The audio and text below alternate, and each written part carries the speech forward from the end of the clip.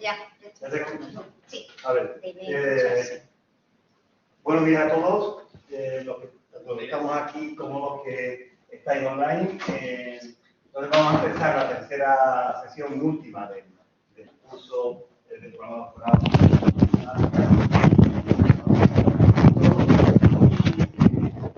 Bienvenido en especial.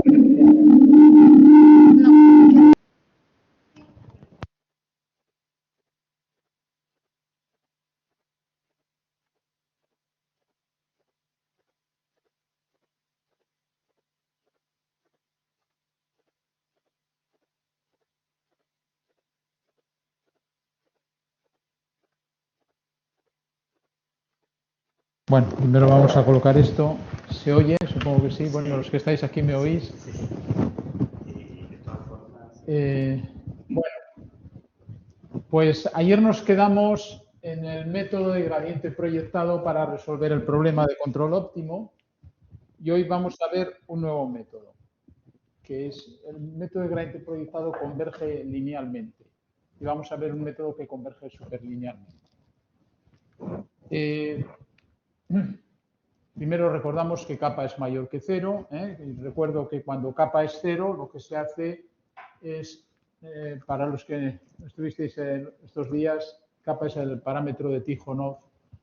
Cuando kappa es 0 no hay término de Tikhonov. Cuando kappa es positivo, sí.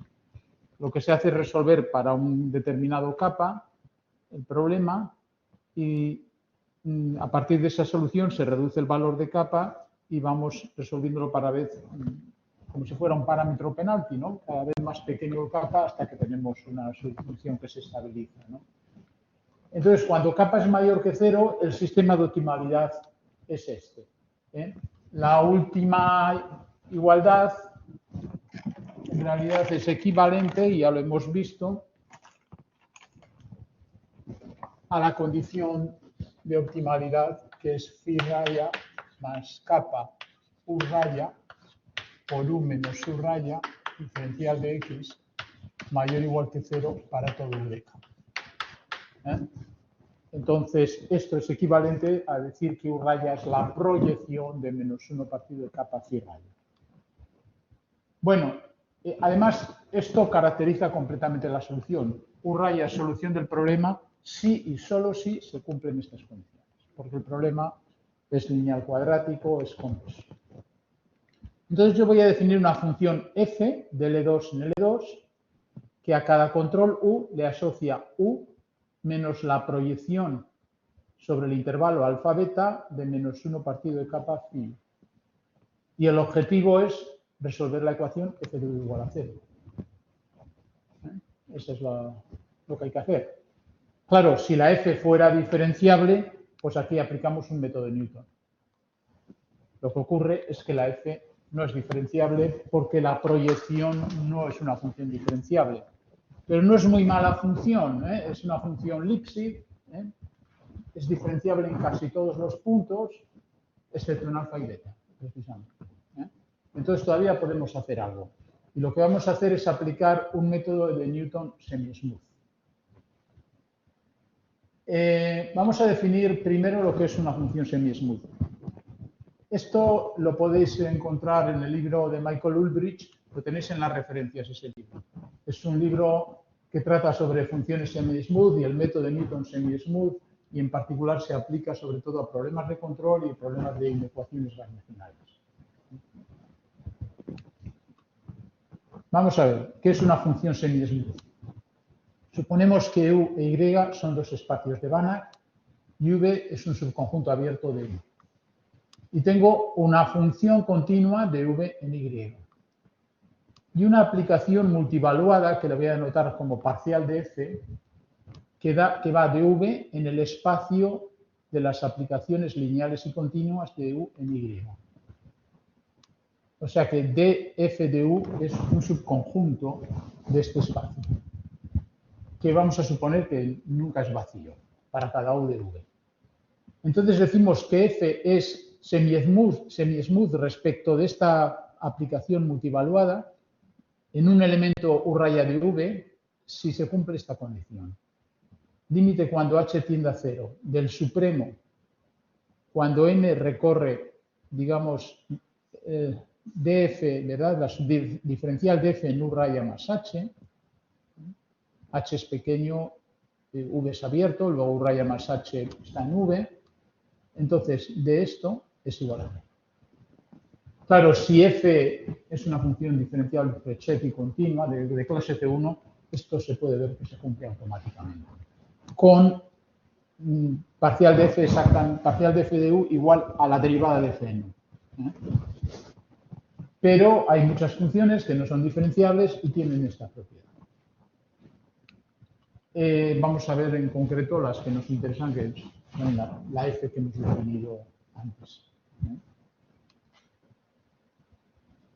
Y se dice que f es de orden sigma, o es semi-smooth respecto a la parcial de f de orden sigma, donde sigma es un número entre 0 y 1, si esto es del orden de, está acotado por una constante norma de h elevado a 1, no más sí. Bueno, luego veremos, como digo, que nuestra función es semi-smooth. Vamos a continuar. Lo que se llama, a la parcial de f se llama la derivada generalizada de f. Derivada generalizada. Y entonces, ¿cuál es el método de Newton semi-smooth? Esto consiste en elegir un punto cualquiera para resolver la ecuación. El objetivo es resolver la ecuación f de u igual a 0. Entonces, tomamos un punto cualquiera de v, donde está definida la función. Bueno, colocamos k igual a 0. Y entonces, en la iteración k se toma una aplicación lineal mk que es una derivada generalizada de f en u sub k, una cualquiera. Y se resuelve este sistema. Claro, una cualquiera tiene que ser inversible. Como en el método de Newton, las derivadas en un punto tienen que ser inversibles, si no, no se puede implementar, ¿no?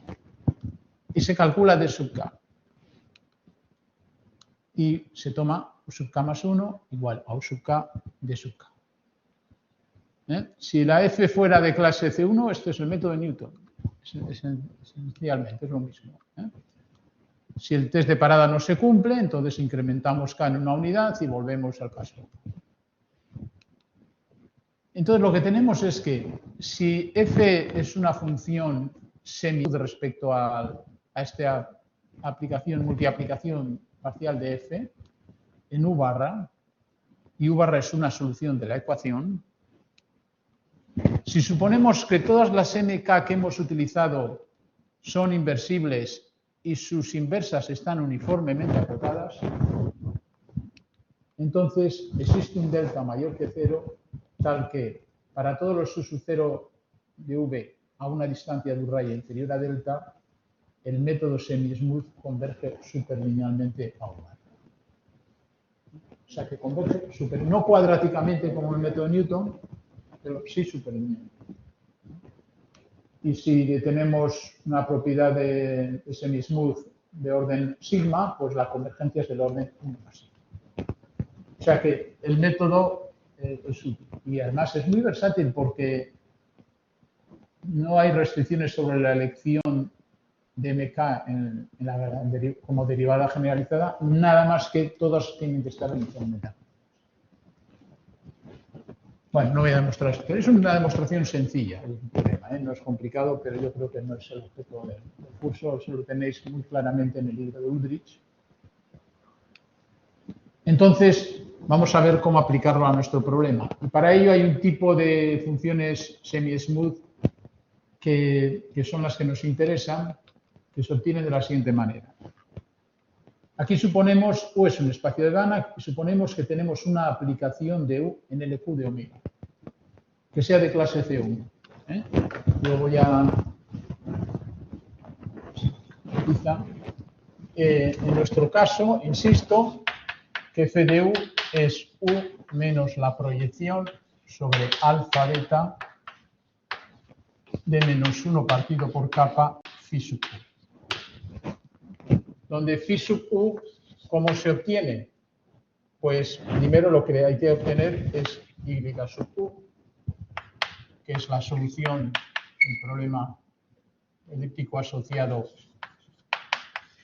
a u, y ya phi sub u es el estado adjunto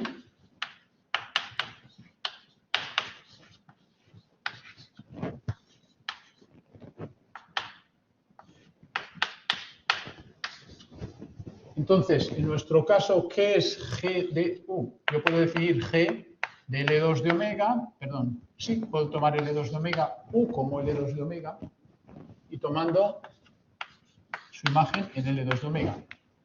En realidad, phi sub U está en H01, particular en L2. O sea que G de U es menos 1 partido de kappa phi sub U. Esto es lo mismo que decir que es menos 1 partido de kappa. Phi sub u es A asterisco menos 1 de I sub u menos I d. Pero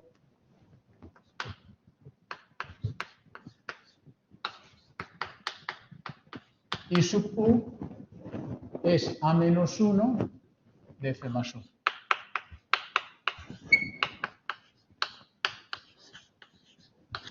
¿De acuerdo? Esa sería la definición de G de U de manera explícita, que es una aplicación afín respecto de U.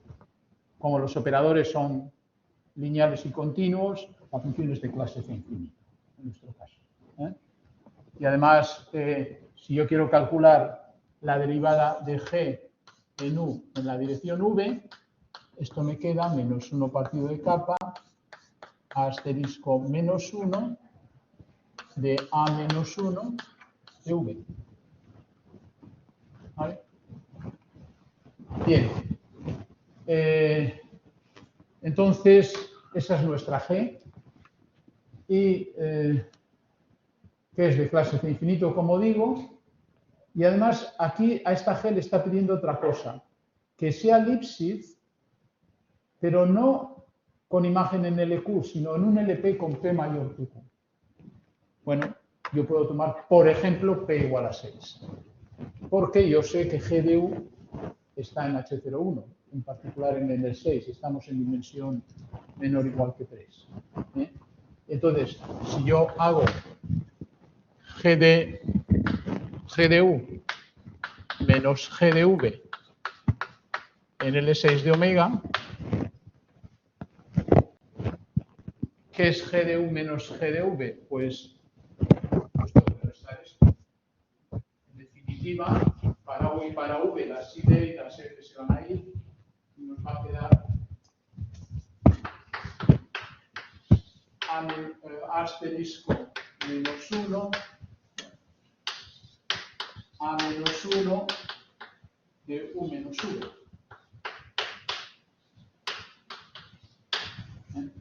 Eso es menor o igual que la constante. Hay un kappa, sí. Hay un kappa que se está 1 partido de kappa que ponemos fuera.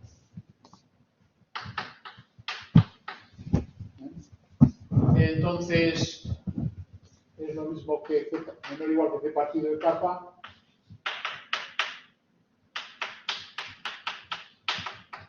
Si yo pongo H01 de omega, para una constante C dependiente de omega nada más, tenemos la desigualdad porque H01 está en el 6.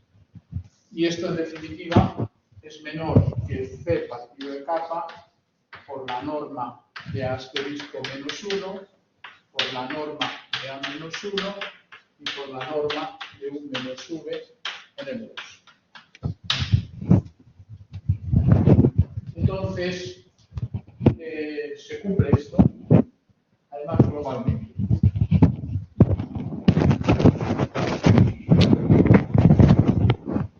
Se cumple globalmente, es globalmente Lipschitz, no solamente localmente Lipschitz, que es lo que referimos aquí.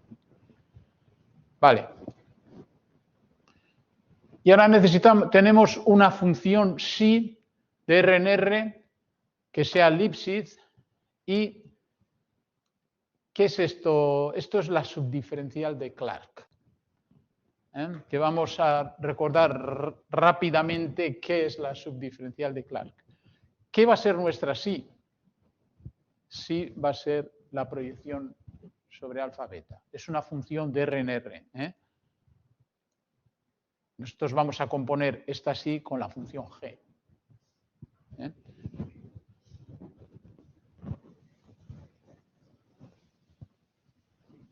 Por supuesto, para hablar de la subdiferencial de Clark, lo mejor es mirar el libro de Clark, donde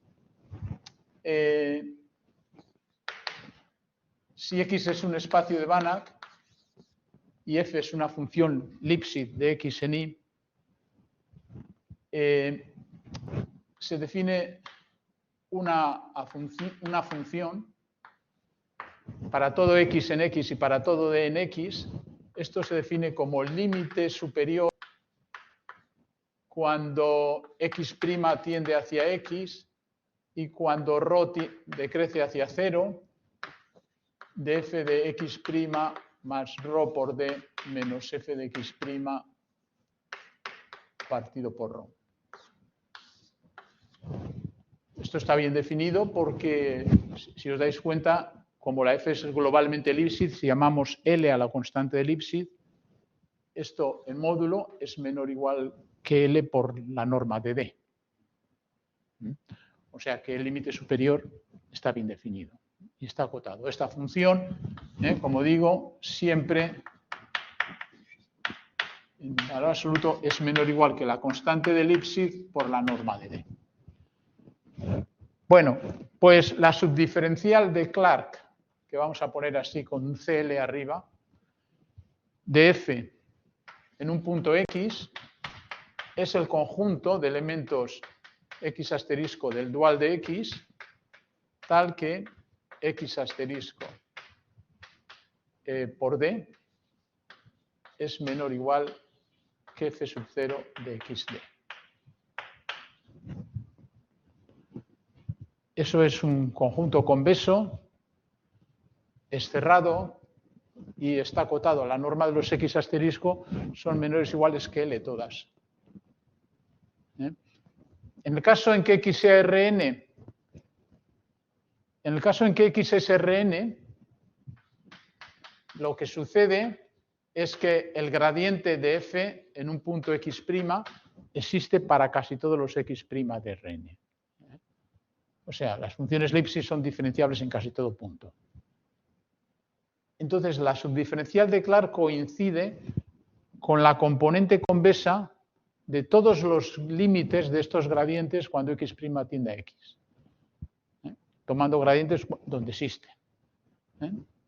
Siempre que X' hacemos converger X' hacia X, y en el caso de hay gradientes que convergen, sucesiones de gradientes que convergen, todos esos posibles límites hacemos la combinación convexa y esa es la subdiferencial de Clark.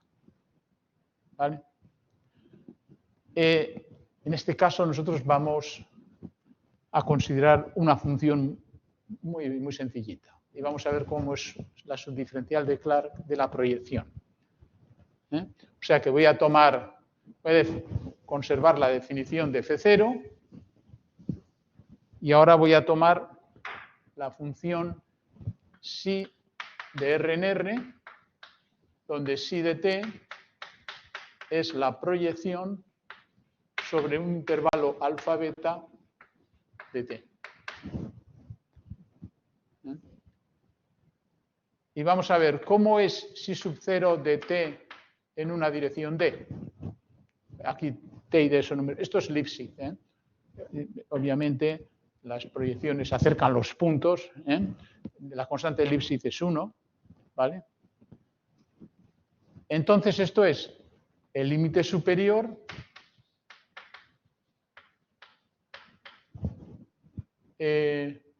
cuando t' tiende a t y cuando ρ tiende hacia 0 de psi de t' más ρ por d menos psi de t' partido por ρ. Y vamos a distinguir tres casos, esencialmente. Primero, que t esté en el intervalo abierto a alfa beta. Entonces, para ρ pequeño y T' muy próximo a T, esto está en el intervalo abierto alfa beta. La proyección es ello mismo. T' también está. O sea que la diferencia es ρ por D partido de ρ, pues nos queda D. ¿De acuerdo? ¿Vale? Esto nos queda exactamente D si T pertenece al intervalo abierto alfa beta. Si T no está en el intervalo cerrado alfa beta, vamos a suponer, por ejemplo, que T sea menor que alfa. Entonces, para T' suficientemente próximo a T, también T' es menor que alfa. Y si ρ es muy próximo a 0, T' más ρd es menor que alfa. Luego la proyección es alfa. Y esto es alfa, el resultado 0. Si es mayor que beta es igual, 0. Esto es 0. ¿Vale? Y por último, vamos a ver qué pasa cuando T es alfa o beta. Vamos a suponer que T es alfa. Para beta es igual. Si T es alfa, pueden pasar dos cosas. Imaginemos que tenemos que buscar el límite superior. Imaginemos que D es negativo y T es alfa. Entonces, si D es negativo,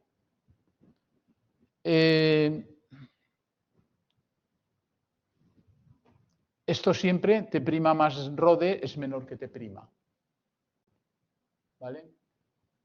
Como la función psi vale alfa, luego va de alfa a beta y luego beta es monótona creciente. El cociente es menor o igual que 0. ¿Vale? Siempre es menor o igual que 0. De hecho, bueno, menor o igual que 0. Es negativa, que D es un número negativo. D es negativo. Entonces esto es menor o igual que 0. ¿Vale? Vamos a ver que el límite que puede ser 0. ¿Por qué puede ser 0? Porque yo puedo elegir T' como alfa. Perdón, T' un poquito menor que alfa. Un poquito menor que alfa. Entonces, la proyección es alfa de esto. Y la proyección de esto es alfa. El resultado es alfa. O sea que es 0, el límite superior va a ser 0. Si D es negativo. Límite superior. Porque yo puedo elegir T' y ρ adecuadamente para que eso me quede 0, ese límite. Claro, porque la D es negativa. Cuando la D es positiva, el límite superior va a ser D. ¿Por qué? Porque si T es alfa, yo puedo elegir T' ligeramente mayor que alfa. Entonces esto, el resultado es T' más ρd. Esto es T', me queda D. O sea que el límite superior va a ser o 0 o D, según D sea positivo o negativo. Es la parte positiva de D en definitiva. O sea que esto es, digamos, la parte positiva de D. Bueno, para beta es igual.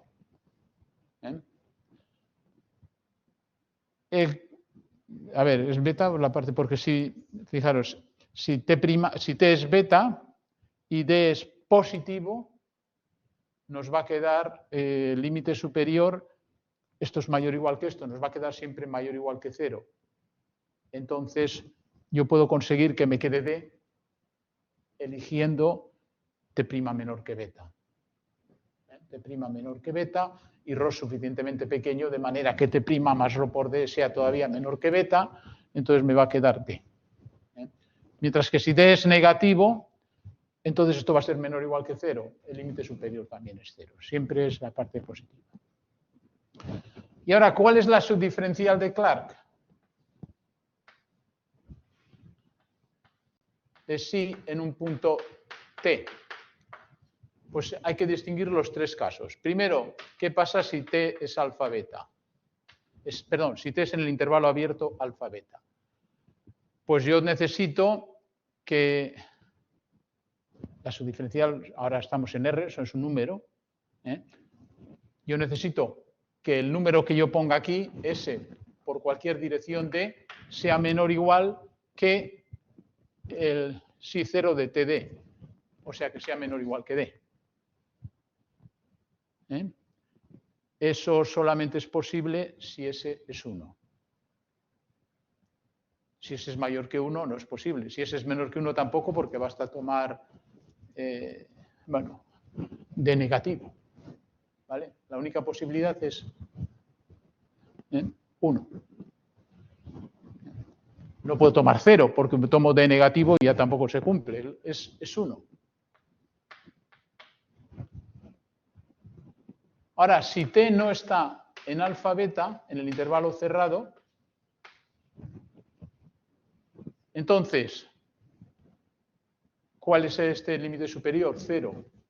Yo tengo que buscar números S tal que S por D sea menor o igual que 0 para todo D. S0. Realmente es la derivada, porque esos son los puntos donde la psi es derivable. Dentro del intervalo la derivada es 1 y fuera del intervalo es 0. ¿Y qué pasa cuando estamos con t igual a alfa? Pues entonces S por D tiene que ser menor o igual siempre que la parte positiva de D. O sea que si D es negativo, S por D debería ser negativo. O sea que S es mayor o igual que 0. Tiene que ser mayor o igual que 0. Pero si D es positivo, para que ese D sea menor o igual que D, tiene que ser menor o igual que 1. De hecho, todo punto entre 0 y 1 me vale. Esto es el intervalo 0, 1. Y lo mismo para beta. Y esta es la subdiferencial de Clark de esta función. 1 en el interior del intervalo, 0 fuera del intervalo cerrado y el intervalo 0, 1 cuando t es alfa o t es beta. ¿Vale? Bien, entonces continuamos. Ahora nuestra función es de este tipo. Es lo que está psi sub g que tengo aquí. Nuestra U es L2 y Q es 2 también. La función va de L2 en L2 y psi sub g de U en X es psi de g de U aplicado a X. Psi, que es la proyección en nuestro caso, o sea, esta parte de aquí, proyección sobre alfa beta de menos 1 partido de capa phi U, es esta psi sub g de U. Bien, entonces se define el gradiente generalizado de esta función como el conjunto de aplicaciones lineales M de U en LQ, en nuestro caso de L2 en L2, que son de esta forma. M por D es H por G' de UD. G es diferenciable, esto se ve, es la derivada, y la H es tal que H de X pertenece a la subdiferencial de Clark de G de U en el punto X. Lo de que es en el infinito, digamos que es suficiente decir que es medible, porque como la psi es Lipschitz, h de x en módulo siempre es menor o igual que L, menor o igual que la constante de Lipschitz. Con esto nada más quiero decir que la h es medible. O sea, cualquier función medible tal que h de x esté en la subdiferencial de Clark de psi en este punto. Entonces, esto define un conjunto que es convexo, un conjunto de aplicaciones lineales y continuas, que es lo que llamamos el gradiente generalizado de psi sub g en U. Bueno, entonces, bajo todas estas hipótesis, hay algo que no hemos demostrado. No hemos demostrado que la función psi es semi-smooth respecto a la subdiferencial de Clark. Eso nos falta por demostrar. Si demostramos esto, podemos concluir, aplicando este teorema, que nuestra función, esta parte de aquí, es semi-smooth. ¿Vale? es semi-smooth. Pero me falta demostrar esto. Entonces vamos a ir a la definición de semi-smooth. Estamos. Tenemos que comprobar esto para nuestra función sí. Bueno, vamos a hacerlo aquí. Bueno, es un ejercicio sencillo, pero por hacer un poco de ejercicio, por no ir demasiado rápido con este concepto que es un poco nuevo, pues mejor entretenernos, ¿no? Estamos hablando que la f mayúscula ahora es nuestra función psi de t, que es la proyección sobre alfa beta de t. Y la parcial de f mayúscula ahora es la subdiferencial de Clark de f. Entonces, lo que tenemos que ver, yo voy a tomar t barra, un elemento fijo de R.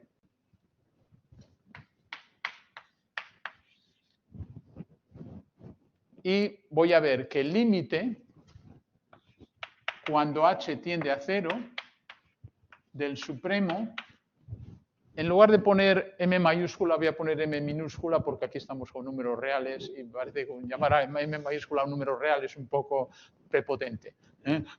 Vamos a llamarle m minúscula, que tiene que pertenecer a la subdiferencial de Clark de psi en t barra más h.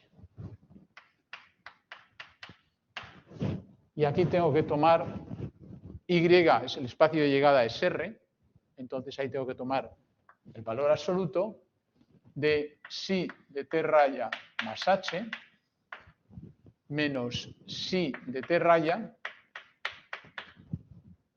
menos m mayúscula por h, y lo voy a dividir por el valor absoluto de h también. Estamos de R en R. Y tengo que demostrar que eso es 0. ¿Vale? Entonces, voy a distinguir los tres casos, como antes. ¿Qué pasa si t raya está en el interior de alfa beta? En ese caso, para h suficientemente pequeño, t raya más h también está en el interior. Con lo cual, si está en el interior, la subdiferencial de Clark es 1. Si t raya más h está en el interior, la subdiferencial de Clark es 1. O sea que m es 1. Entonces, ¿qué tengo? Como está en el interior, esto es t raya más h menos t raya. Nos queda h menos h, 0. O sea, antes de llegar al límite ya es 0. Si t raya no está en el intervalo cerrado alfa beta, pues también para h suficientemente pequeño, t raya más h tampoco estará. Y si no está, la subdiferencial de Clark es 0. La m es 0. Entonces, si por ejemplo t raya más h es menor que alfa, esto será alfa, el resultado 0. Si es mayor que beta, esto es beta, resultado 0 también. Bueno, ¿qué pasa si t raya es alfa? Bueno, pues aquí hay que distinguir que h sea positivo o negativo. Si h es positivo, pero pequeño, esto está dentro del intervalo. Entonces, m es 1. Porque está dentro. Esto me queda t raya más h, esto es alfa más h, menos alfa, h. Como m es 1, h menos h, 0. Si h es negativo, entonces esto está fuera del intervalo. El resultado es alfa. Como está fuera del intervalo, m tiene que ser 0. M es 0. Pero esto es alfa y esto es alfa, resultado 0. O sea que en todos los casos, y si es beta, pues exactamente igual. O sea que antes de llegar al límite, esto es 0. ¿De acuerdo? Por lo tanto, esta función psi, que es la proyección en el intervalo alfa beta, es semi-smooth respecto de la subdiferencial de Clark. Y en consecuencia, la función proyección en alfa beta de menos 1 partido de kappa phi de u es semi-smooth respecto de los gradientes generalizados que vienen definidos como hemos escrito aquí, respecto de estos gradientes generalizados.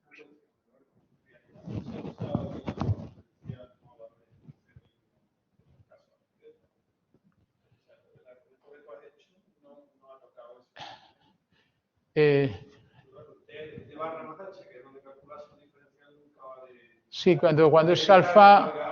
Ah, no, espera, sí, tienes toda la razón. No lo hemos usado, no, porque T barra más H o está dentro o está fuera.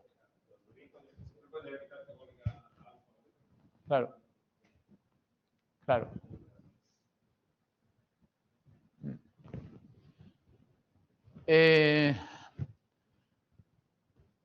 Bueno, entonces, esta es la subdiferencial. En nuestro problema de control, ¿cómo son estas M?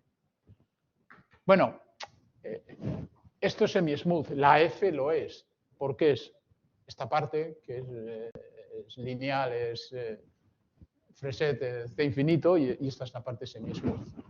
Entonces, ¿cómo sería?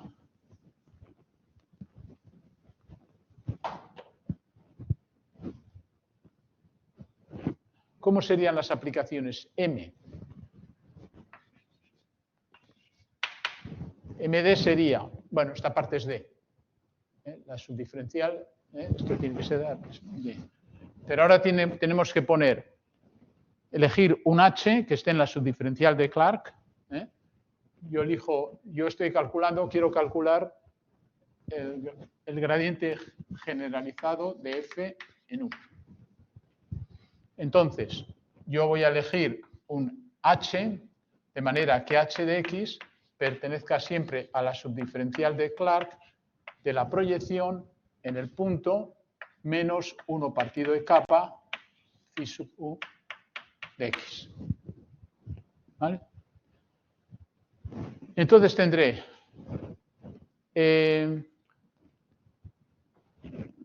por una parte D y luego tendré menos, y ahora estos gradientes generalizados, que son la derivada de G de U respecto de D, esto es G de U, este menos me va a dar un más, me va a dar más 1 partido de kappa, y hemos visto antes por H, y hemos visto antes que la derivada era A menos 1 de A asterisco menos 1 de D. La derivada de G' de U en la dirección D, hemos visto que era eso. Este es el operador, no sé por qué lo escribo así, es el operador elíptico y su adjunto. Bueno, ¿cómo calculo esto realmente? No, era al revés. Es así, es lo que habíamos escrito. ¿Cómo calculo esto? Bueno, pues yo calculo un ZD como solución de este problema.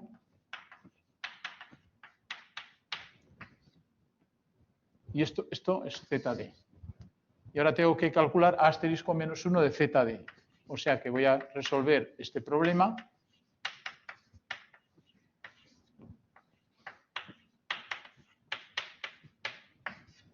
Y esto es phi D. O sea que MD va a ser de la forma D más 1 partido de kappa H por phi D, donde phi D es calculado resolviendo estas dos ecuaciones.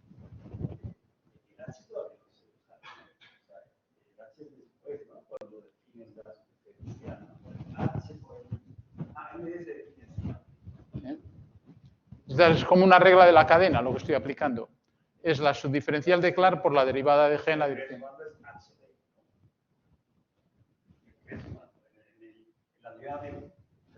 Aquí, esto es D simplemente. Porque esto es simplemente la subdiferencial de psi sub G.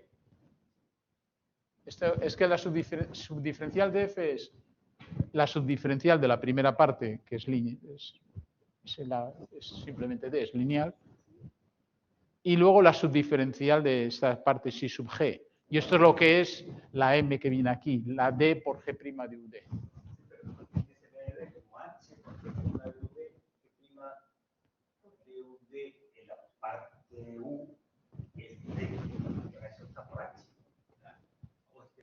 La H está aquí. Sí. Ah, para que la G es solo la parte de arriba. Esto es G' de UD y esto es la H. ¿Vale? Entonces así es como todas las M's son las que tienen esta forma. ¿Vale?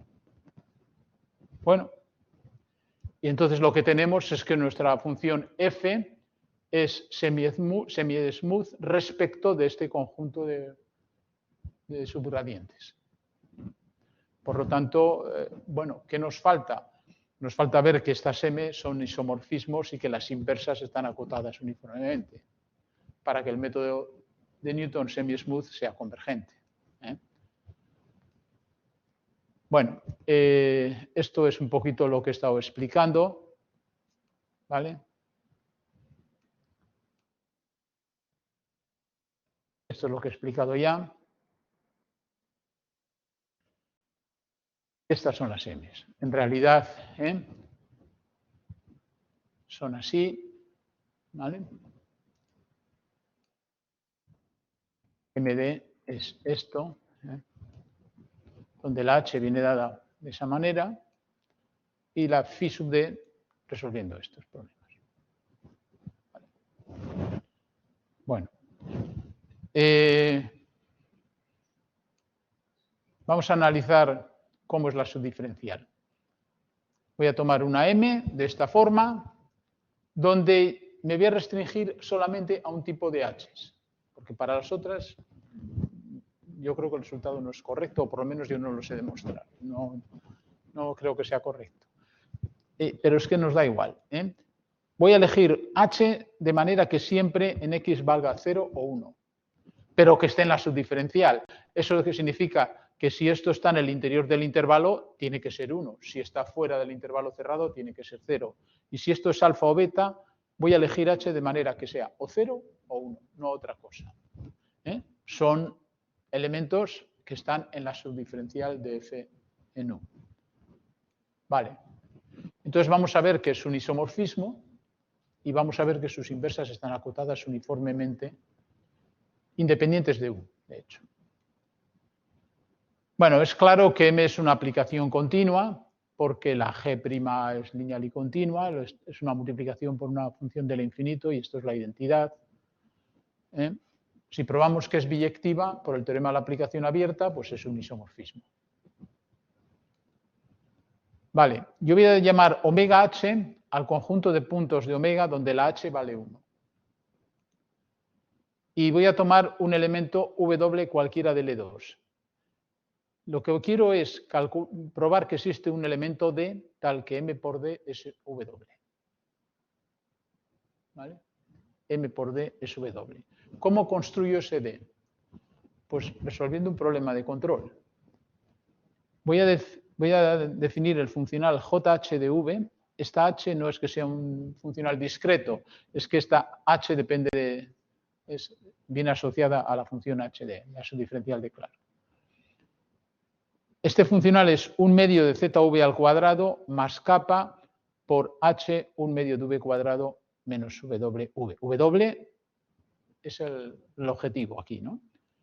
Donde V nada más varía en L2 de omega H. Fijaros que como H es 0 fuera de omega H, esta integral se puede reducir a omega H. ¿De acuerdo? O sea, V está definido en omega H, fuera 0, lo que queramos. Y la ZV es la solución de esta ecuación de estado. O sea que tenemos un funcional y una ecuación en derivadas parciales. Para cada control V en omega H, H por V tiene soporte en omega H, porque fuera es 0, le asocio la solución de esta ecuación. Y esto jugaría el papel de la F en nuestro problema de control. Aquí la F esto es la función característica de omega menos omega H. Esto es lo mismo que 1 menos H. Porque fuera de omega H, la H vale 0. Y en omega H vale 1. O sea que esto es 1 menos H en realidad. Tenemos HV más 1 menos HW, si se quiere. Bueno, este problema tiene una única solución. La demostración es igual que la que hicimos para probar que nuestro problema de control tenía solución única. porque no tiene restricciones. Aquí no hay restricciones, pero kappa es positivo. Entonces, cualquier sucesión minimizante está acotada porque kappa es positivo. Eso es fácil de demostrar. Es un ejercicio que os lo dejo. Entonces, bueno, pues es fácil demostrar que el límite débil de esa sucesión minimizante es realmente solución del problema. Ahora, ¿cómo? Y la solución es única, porque el problema es convexo. O sea que para cualquier W vamos a encontrar un único D cuya imagen me va a dar W. Por cierto, si W es 0, la solución es 0. Si W es 0, yo tomo V igual a 0, ZV 0, todo 0. Esa es la solución. Es la única solución. Bueno, ¿cómo caracterizo esto? Pues la solución le voy a llamar V gorro. ¿Y V gorro qué tiene que cumplir? Bueno, pues tiene que cumplirse que A de, no sé si le llamo Z gorro o ZV gorro, no sé, el estado asociado tiene que ser igual a HV gorro más la función característica de omega menos omega H por W en omega y ZV gorro igual a 0 en gamma. ¿Cuál es el estado adjunto asociado? Pues A asterisco de phi gorro tiene que ser igual I gorro menos ID, aquí la ID es 0. O sea, es ZV gorro en omega y phi gorro 0 en gamma. Y ahora la condición de optimalidad es que la integral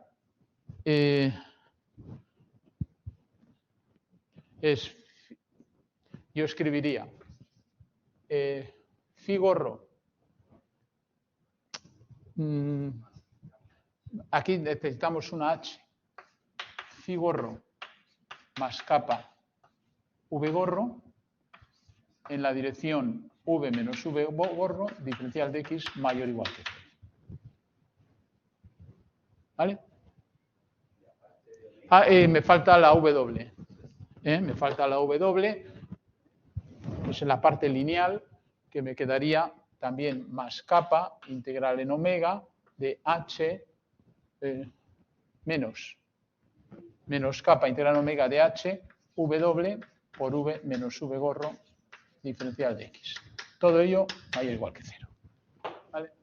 Ese es el sistema de optimalidad. V gorro es solución, sí, solo sí que se cumple esas condiciones de optimalidad, que lo tengo aquí. El Z de V gorro le llamo Z gorro. Y esto es la... Perdón, aquí he puesto mayor o igual que 0. Como no hay restricciones, realmente es 0. La derivada es 0. Porque esto es para todo V del espacio, luego es 0. Entonces, este H phi gorro más kappa V gorro menos kappa HW tiene que ser 0. ¿Qué es lo que tengo aquí? Porque aquí tengo... bueno, estoy limitándolo al espacio omega H. Kappa V gorro más H phi gorro menos kappa W. Tengo menos kappa W por H es 0. V gorro está definido en omega H nada más. O sea que ponga aquí H, W, V gorro, no lo ponga, da igual. Esta es la condición de optimalidad. Y la puedo escribir de esta manera. Puedo poner HV gorro, da igual. Fijaros lo que hago. Primero divido todo por kappa. Entonces, aquí desaparece kappa, en el W también, y aquí queda 1 partido de kappa phi gorro por H. Este W, al dividir por kappa, pasa a la derecha como HW. Pero pasa como HW, entonces le voy a sumar 1 menos HW también, que es lo mismo que X omega menos omega HW. O sea, esto se lo estoy sumando a los dos lados. Entonces es lo mismo, es la misma identidad. Es fácil de comprobar. En realidad creo que en el semántico de la izquierda es kappa H V gorro. Sí, pero es lo mismo, sí, pero es que fijaros que estamos minimizando. estamos minimizando, sí, se puede poner, pero V está en L2 de omega H, o sea que fuera no está definido. Sí, podemos poner HW, pero es que esto es una identidad en omega H solamente. Esto es una identidad en omega H. Pero esto ya es una identidad en todo omega. Por eso aquí pongo H. Sí, sí, lo puedo poner aquí, sí, que es igual. Que sí, que sí. Sí, sí, sí. Pero lo ponga o no lo ponga es lo mismo. Porque esto es una identidad en omega H, entonces puedo ponerlo porque ahí la H vale 1. Pero esto ya es una identidad en todo omega y ahora sí que lo tengo que poner, ¿no? ¿Vale? Bien, entonces, ¿qué voy a hacer? Pues el D es esta parte de aquí. Eso es D. Y entonces, M por D es esto. ¿Por qué? Fijaros cómo se calcula M por D. Para calcular M por D, yo calculo primero ZD y luego phi D, y M por D es esto. ¿Vale? Pero es que si a esto le llamo D, el Z gorro es ZD. Z gorro, a esto le llamo D. Z gorro es ZD. Y entonces el phi gorro es el phi D. Y entonces a lo que aquí tengo es D más 1 partido kappa H phi D. ¿Vale? Pues eso es MD. Ese es el asunto. ¿De acuerdo? ¿Vale? El Z gorro es el ZD y el phi gorro es el phi D realmente. Y así demuestro la superioridad. ¿Qué es inyectiva? Es más fácil. Si W es 0, basta ver que cualquier D que cumpla esto igual a 0, ese D tiene que ser una solución del problema, tiene que venir dado de como HV gorro solución del problema cuadrático anterior con W igual a 0 y la única solución ahí es la solución nula. Ahora lo que yo quiero demostrar para terminar es que las inversas son uniformemente acotadas.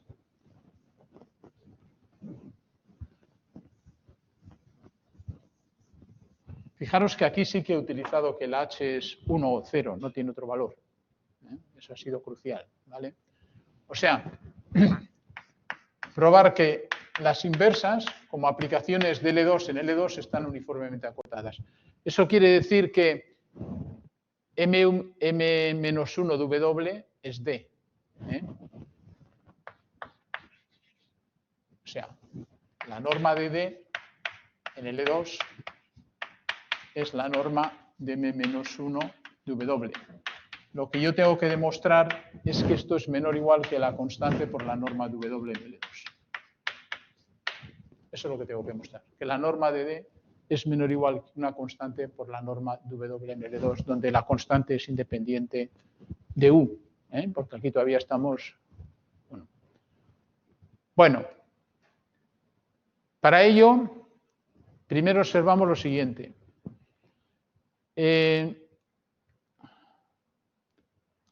Viendo esta identidad D más 1 partido de kappa H phi D igual a W, si yo multiplico todo por D e integro en omega, me queda la norma en L2 al cuadrado, me sale aquí, más 1 partido de kappa. Aquí tendría H phi D por D, pero le pongo la integral en todo omega y aquí le voy a sumar la integral en omega menos omega H. ¿Qué tengo yo aquí? Esto es phi D por D, ¿no? Esto es phi D por D, no por W. ¿Vale? Esto como he hecho yo aquí. Y luego tengo W por D. ¿Vale? Integral en omega. Sí, esto es un error. Esta mañana he corregido errores. Nunca se acaba. Lo que yo voy a estimar, o sea, voy a escribir esta desigualdad, la tengo aquí, la voy a poner. la norma de d al cuadrado en L2 de omega más 1 partido de kappa integral en omega de phi d por d diferencial de x es igual a la integral en omega de w por d diferencial de x más 1 partido de kappa integral en omega menos omega h de phi sub d por d diferencial de x. Vale. Voy a estimar esto. Qué pena que lo haya borrado. Bueno, lo tengo aquí. ¿Qué es integral de phi sub d por d? Esto es a zd por phi sub d. Esto, utilizando esa ecuación, es a zd por phi sub d. Pero integrando por partes, como las dos funciones son cero sobre la frontera, puedo integrar dos veces y tengo phi d por a asterisco, perdón, al contrario, zd por a asterisco de phi d, diferencial de x. Pero a asterisco de phi d es zd. O sea que en realidad tengo que esto es igual a la integral en omega de zd al cuadrado diferencial de x. ¿Vale? O sea que esta parte lo puedo cambiar y poner en su lugar zd al cuadrado diferencial de x. Bueno, esto es una cosa. Otra cosa que tengo que estimar es esto.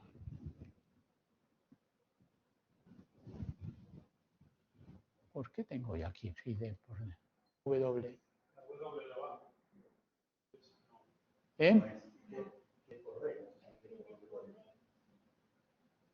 Sí. Es phi d por d. Yo he multiplicado por d, wd, y es phi d por d.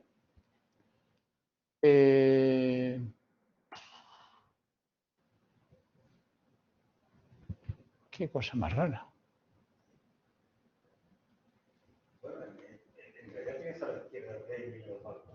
Sí, pero eso no me gusta porque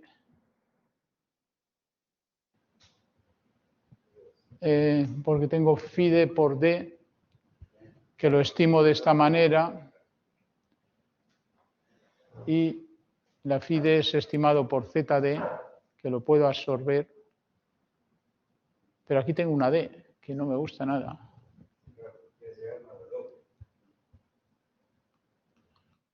Me vais a perdonar, pero esto es una cosa un poco extraña. ¿Por qué he puesto yo phi d por d?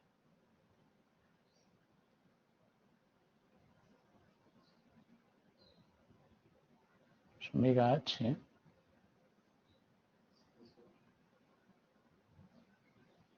Solo del término h y d por d. Lo has compuesto en dos. Sí. Es 1 menos h phi d, pero no es por w, es por d. Claro, h phi d por d.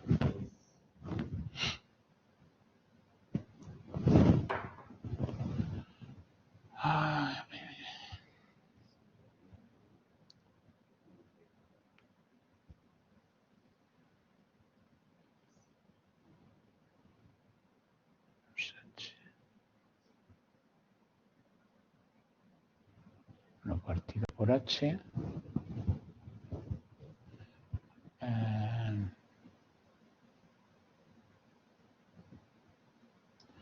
Ya. No. Esto es... No. Es que esto está mal. A ver, espérenme, vais a esperar un instante. Eso es. ¿Cómo están definidas las m?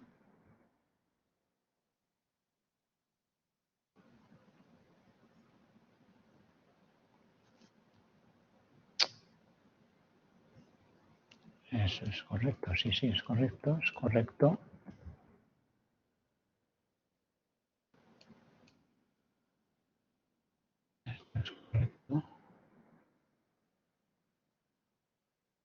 Esto es la D.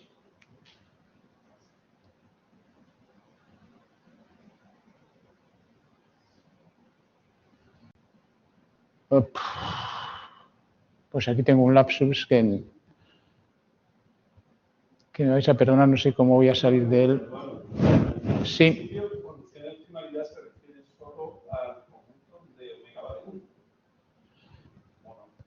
Donde el h vale 1, dices. Sí, donde el h vale 1, sí. Es la W. ¿Vale? Es la W. Si quieres la phi de omega de la derecha, 1 por d kappa phi de omega, como en realidad esto es omega d menos d cuadrado. Entonces, el menos d cuadrado derecha es un signo, por lo cual lo puedes acotar esto, lo puedes acotar por el omega d.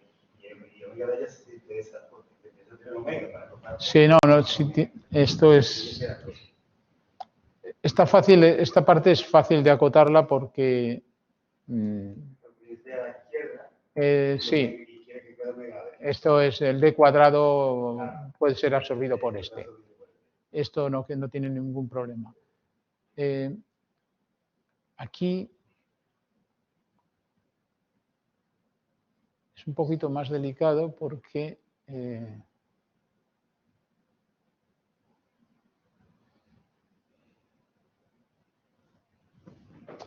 no lo sé.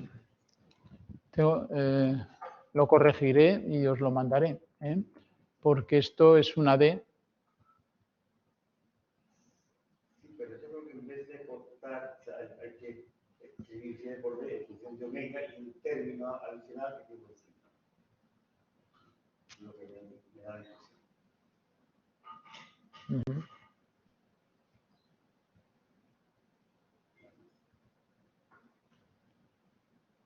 D.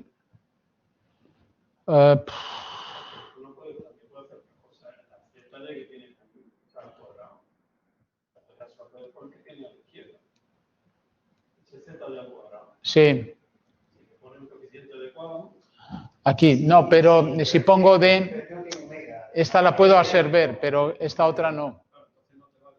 No. Por eso tiene que escribirse D como algo por omega y más algo adicional. Sí, y entonces, claro, no sé si tengo que volver a reemplazar la D en omega menos omega H.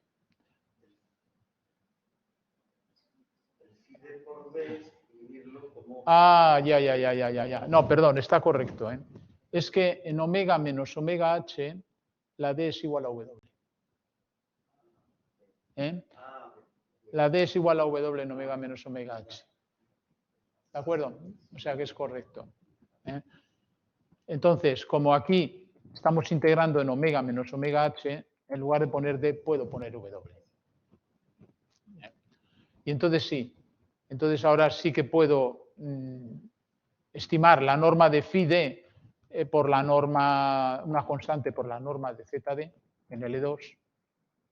Y entonces aquí aplico la desigualdad de Young adecuadamente y tengo un medio de la norma de ZD al cuadrado que va a ser absorbido por esto, porque no olvidemos que esto viene dividido por capa también. Esto viene dividido por capa, o sea que voy a tener 1 partido 2 capa, que lo paso al otro lado y me queda 1 partido 2 capa ahí, ¿vale? Y me queda nada más a la derecha z cuadrado partido por 2. Y por otro lado, esta parte también la estimo por la norma de W en L2 de omega, norma de D en L2 de omega, y esto es menor o igual que un medio de la norma de W al cuadrado en L2 de omega más un medio de la norma de D al cuadrado en L2 de omega. Y entonces esto va a ser absorbido por esto. Entonces me voy a tener un medio de la norma de D al cuadrado en L2 de omega más 1 partido 2 capa integral en omega de ZD al cuadrado diferencial de X va a ser menor o igual que esto de aquí es un medio de la norma de W al cuadrado en L2 de omega más, y esto otro lo tenía ya estimado ahí por C cuadrado menos norma de W al cuadrado, en lugar de poner en L2 de omega menos omega H, lo puedo poner en L2 de omega. Dividido por capa, claro. Sí, porque el capa está ahí. Es totalmente. Entonces, si multiplicamos todo por 2, entonces esto nos queda 1 más c cuadrado partido de capa, norma de W al cuadrado en L2 de omega. Nos olvidamos de esta parte y tenemos que la norma de D al cuadrado en L2 de omega es menor o igual que esto, y haciendo raíces cuadradas nos sale eso, que la norma de D en L2 de omega es menor o igual que eso. ¿Vale? Entonces, ya tenemos que están uniformemente acotadas las inversas, independientemente de U. Pero todo esto utilizando como su elemento de la subdiferencial de Clark H's que valgan 0 o 1, no otra cosa. No otra cosa entre 0 y 1. ¿Vale?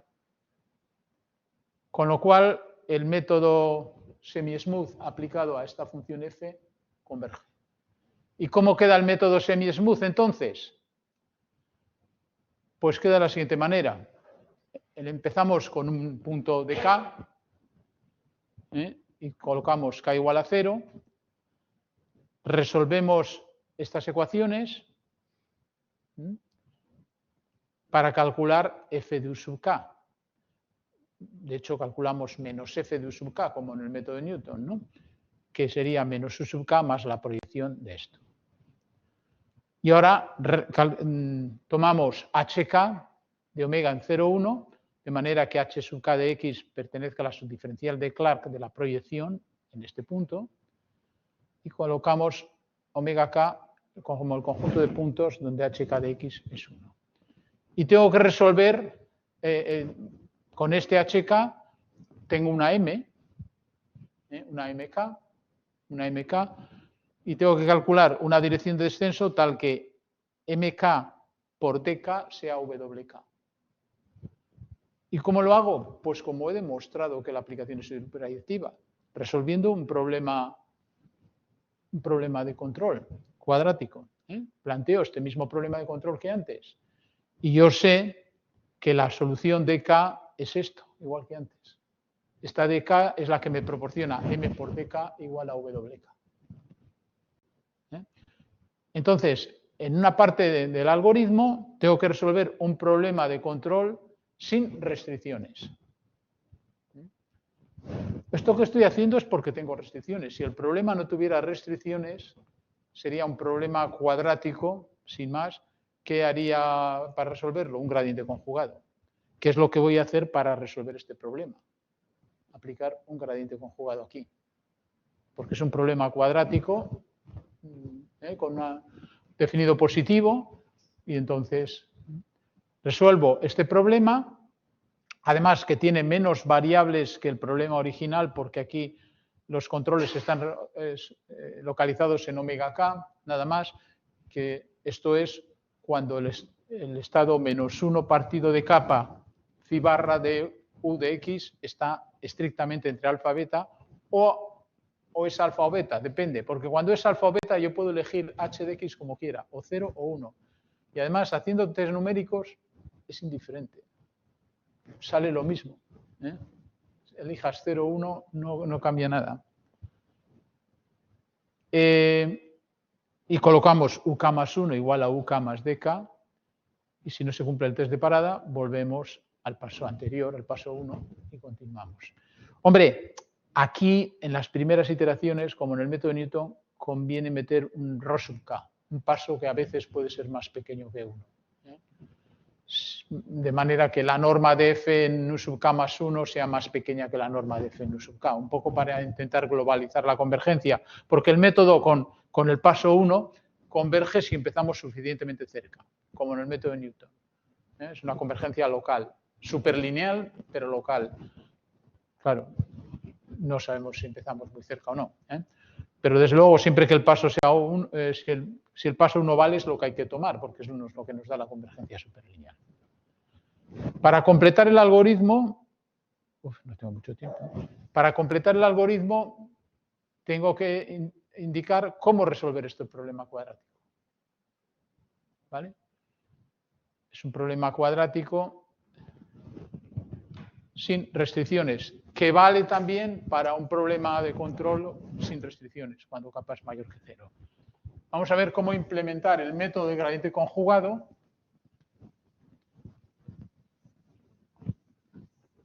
evitando hacer muchos cálculos.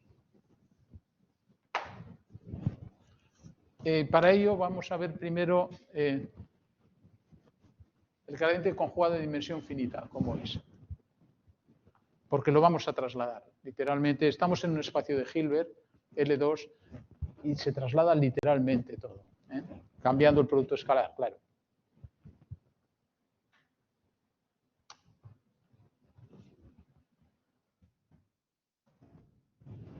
Bueno, aquí tenemos en dimensión finita una función cuadrática. Aquí la matriz Q es simétrica y definida positiva. No me resisto a hacer un comentario porque me he encontrado varias veces en los concursos, en las oposiciones, que los alumnos los profesores, definen las funciones cuadráticas de esta manera con Q definida positiva. Bueno, en realidad la parte cuadrática es la primera. En pureza, un algebrista nos podría echar una pequeña bronca porque esto no es cuadrático si le añadimos un término lineal, ¿no? Pero bueno, digamos que es una función cuadrática y la forma cuadrática es el primer término, nada más. ¿Y por qué la Q simétrica?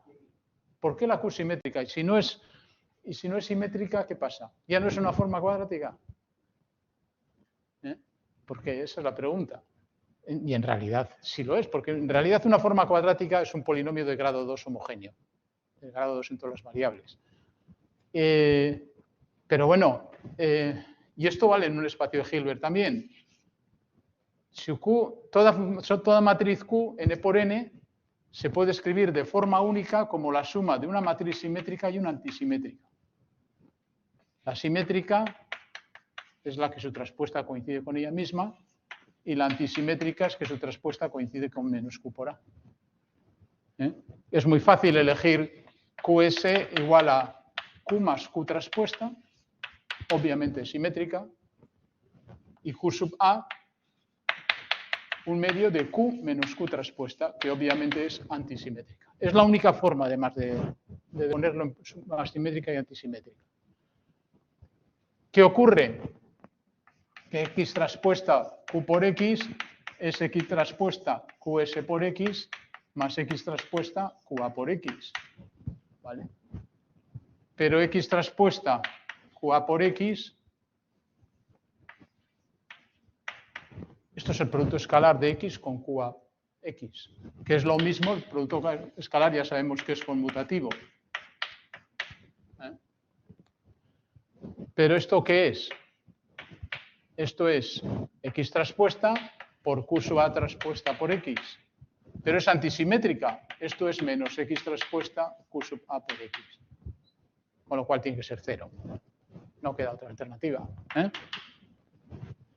Por lo tanto, si no es simétrica, nos quedamos con la parte simétrica y es lo mismo, ¿no? Pero es sorprendente que uno no haga un acto de reflexión cuando define una función cuadrática y diga, ¿y por qué simétrica? Conviene...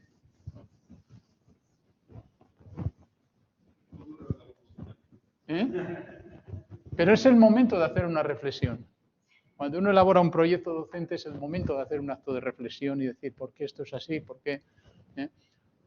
Mucho más que cuando damos una clase. Bueno. Entonces, ¿cómo es el método del gradiente conjugado? En realidad ya sabemos que se trata de ir eligiendo direcciones ortogonales respecto de Q.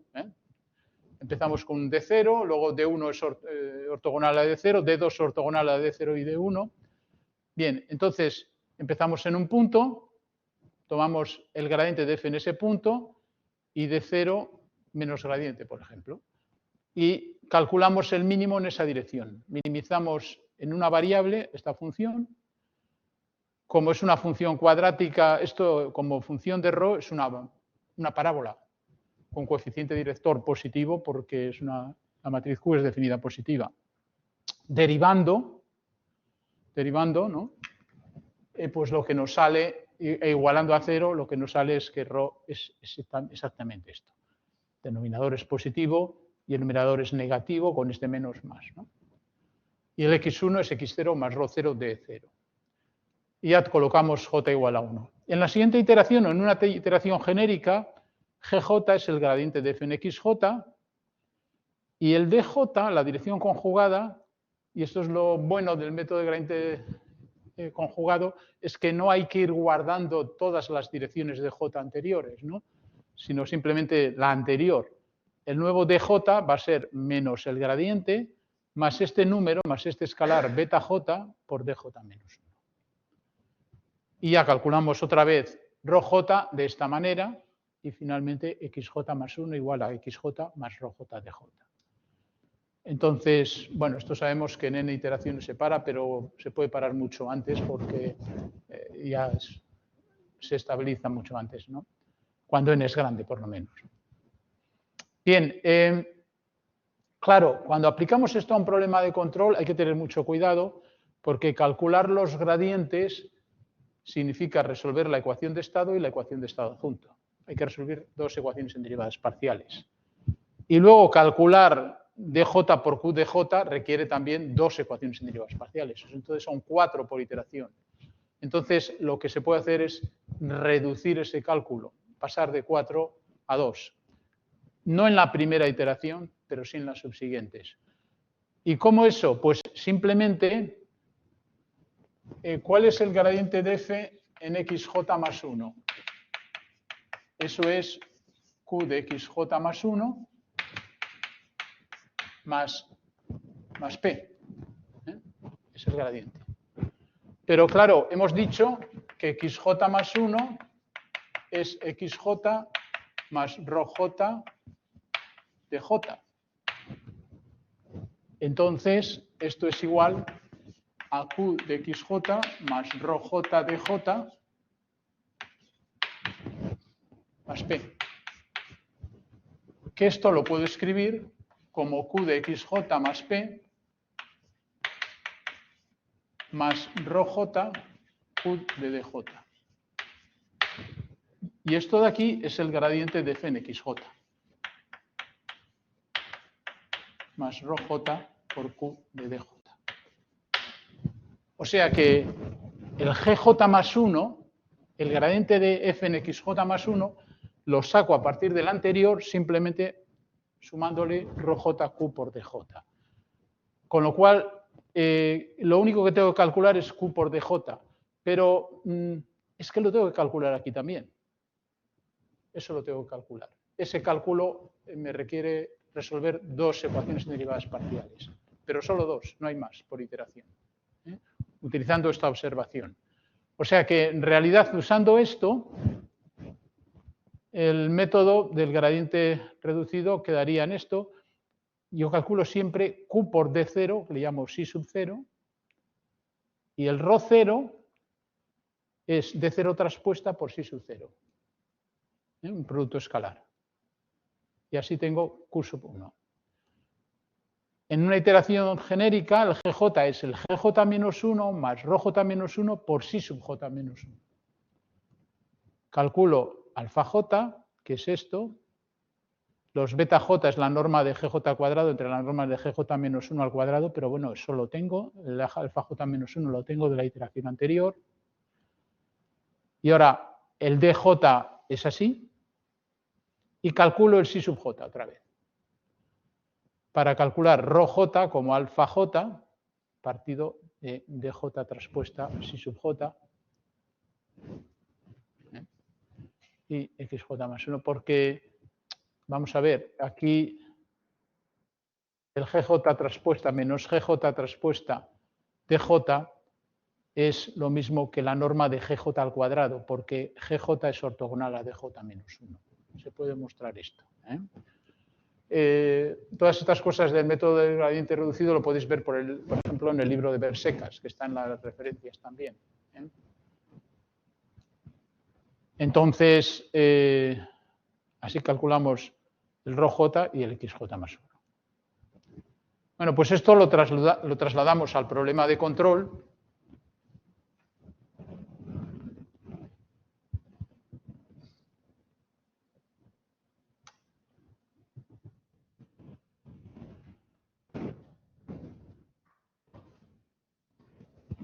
Empezamos con V0 en L2 de omega K.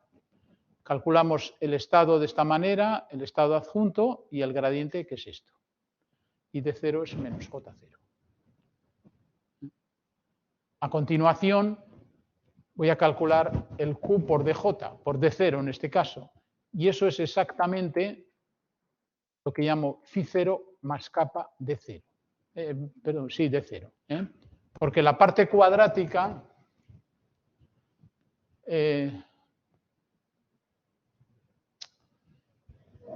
vamos a ver. En realidad, fijaros que la función es el Z0, lo puedo descomponer en dos partes. Una, tomando Z0 gorro igual a kappa omega K, que es la H, kappa omega K es la H, por V0. Y por otro lado, Z0, ZW, si queremos, vamos a llamarle ZV0 y ZW. Y ZW es la solución asociada a kappa omega menos omega H W. El Z0 es la suma de los dos, obviamente. ¿Vale? Entonces, el funcional cuadrático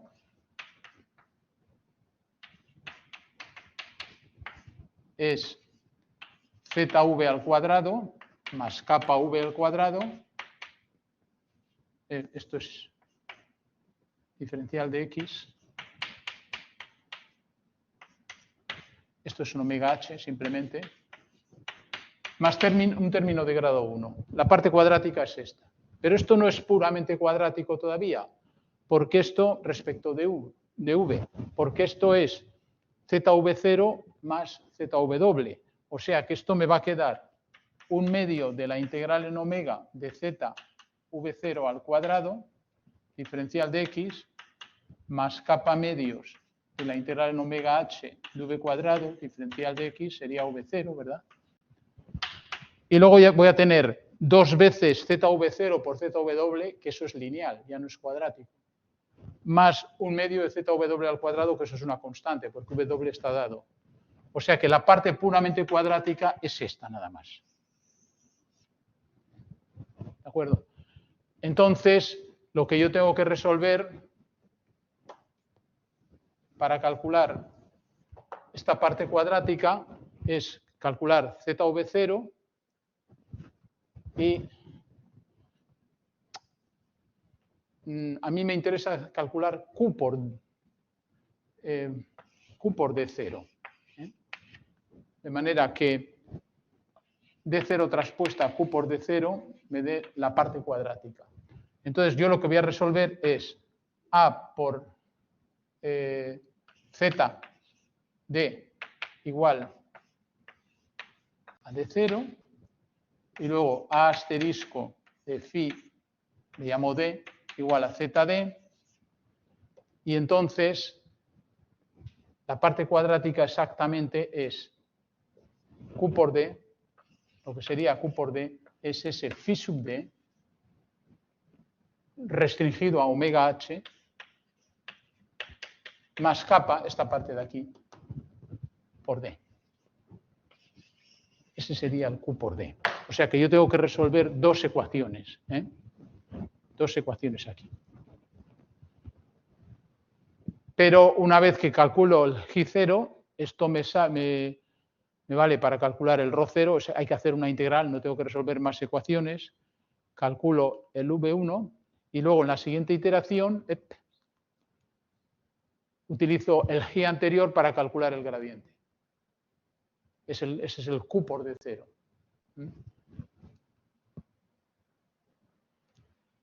Y en cada iteración tengo que resolver estos dos problemas.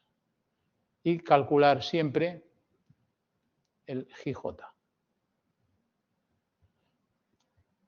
Esto es phi j restringido a omega h. ¿Vale? No lo he puesto ahí, también lo tengo que poner y aquí me parece que también. Restringido a omega h. ¿Vale? Y bueno, este es el algoritmo para resolver el problema cuadrático, que vale también para resolver un problema de control sin restricciones. Es el método más adecuado, el gradiente reducido. El gradiente conjugado, perdón. Y bueno, pues yo creo que me ha dado el tiempo justito para... Sí, sí. Quizá un poquito rápido esta última parte, pero...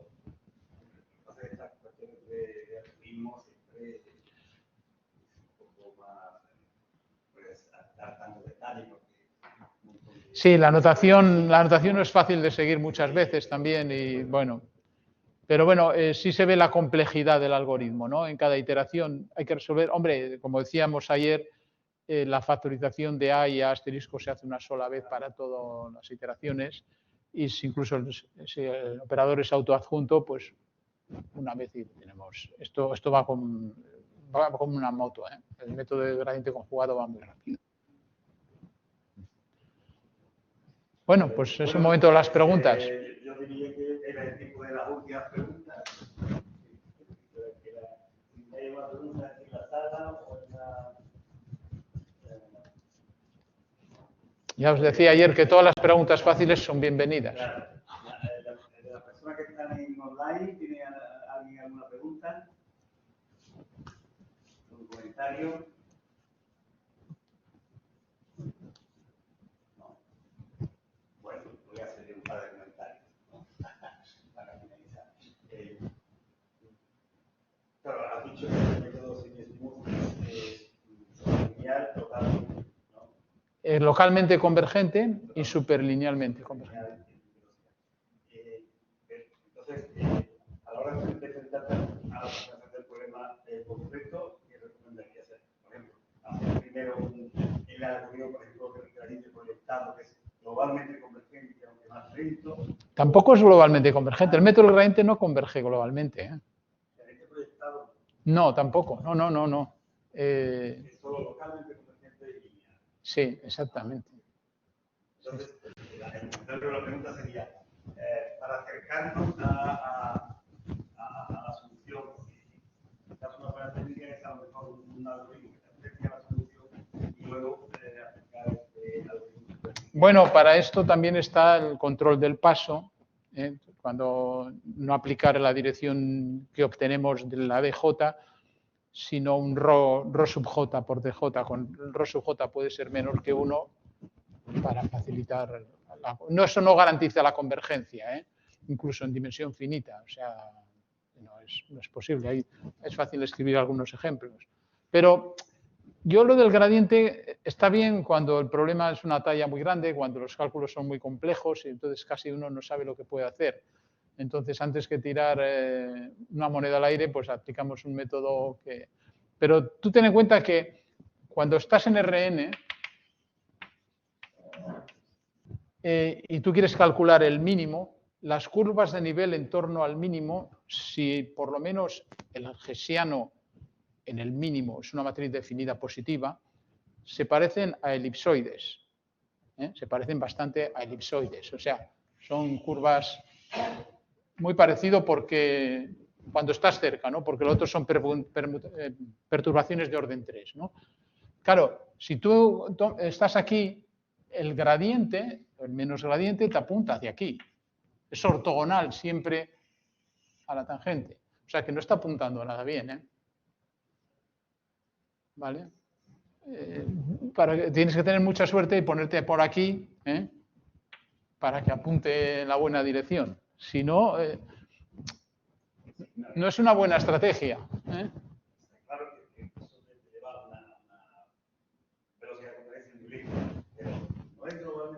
normalmente hay un zigzag. En el caso convex, ¿no es globalmente convergente el gradiente proyectal?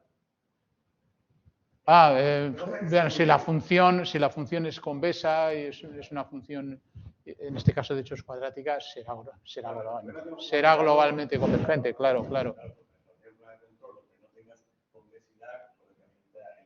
Sí, pero tú, yo es que lo hago con los alumnos algunas veces, ¿no? Tú imagínate que quieres minimizar una función que es, pues no sé, el mínimo es 0, pero empieza en un punto, y estos son elipses, pero empieza en un punto que no sea bueno. Puntos buenos hay 4. Entonces, te va haciendo un zigzag que no apunta bien el gradiente. Y eso es muy fácil. Ahí el método de Newton es una iteración, claro. El gradiente no tiene en cuenta la curvatura, la de la función. Y el método de Newton sí. Y entonces, eso es importante, ¿no?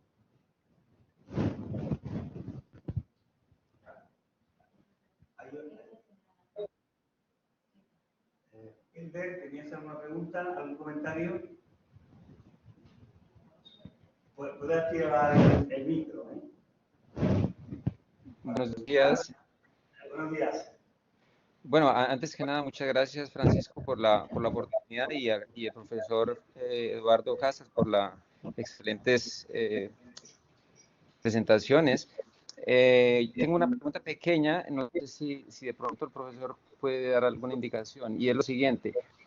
Volviendo un poco a las condiciones de segundo orden, ya el profesor bien lo explicaba con esto de la no equivalencia cuando se traslada uno a problemas finito-dimensionales en términos de la caracterización, digamos, de aquella condición de la coercividad. En el caso de problemas, digamos, de control, de DPs en donde salimos un poco del contexto hilbertiano, ¿conoce algunas referencias de pronto donde se pueda mirar cómo abordar esa condición de coercividad de la segunda derivada digamos, por ejemplo, de la lagrangiana? Bueno,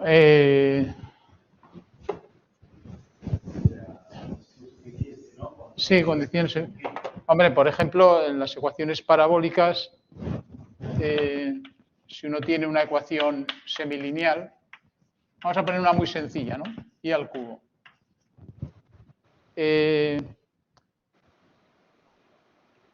Bueno, si ponemos y al cubo igual podemos hacer algo, pero vamos a poner y a la quinta, que ya es más delicado. Pues uno necesita que la y esté en el infinito para poder escribir las condiciones, para escribir la diferenciabilidad, las condiciones de segundo orden y demás. Entonces la 1 basta con que esté en L2, porque L2 no da el infinito. La U tiene que estar en un LP con P mayor que 1 más N medios.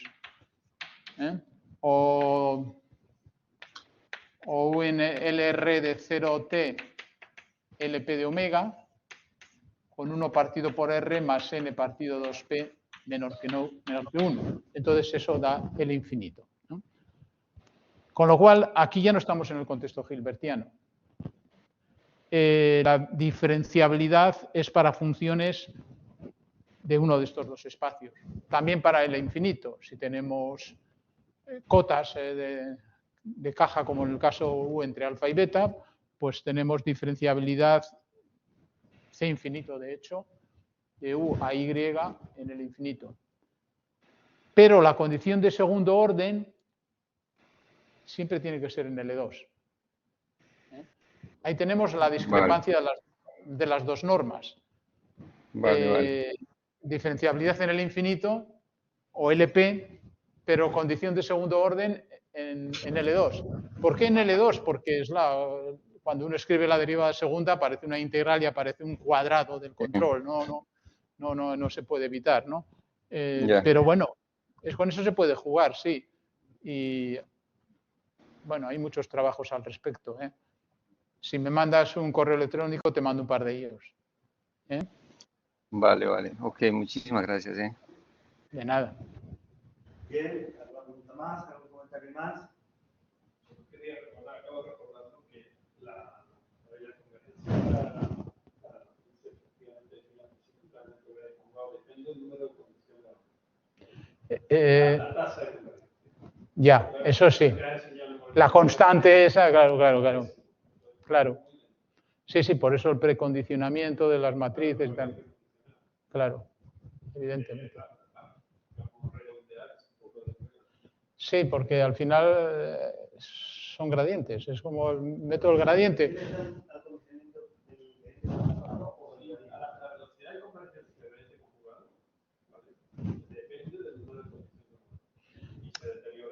Sí. Hombre, si uno no cometiera errores, después de n iteraciones tiene la solución, pero uno espera tenerla antes de llegar a las n iteraciones y entonces eso no funciona. Pero esto pasa, esto que yo digo de el método gradiente se ve muy bien, porque como decía, las elipses estas son más difíciles cuando la matriz está más condicionada, o sea, la elongación es mayor cuando el condicionamiento es peor. Entonces, la velocidad de convergencia, muchas veces el gradiente no progresa. No hay manera. Bueno, eso además. Claro. Muy bien, pues entonces acabamos aquí este curso. Le damos las gracias de nuevo a Gracias a vosotros. Entonces, gracias por estar online y cortamos la transmisión. Bueno, pues ha sido un placer,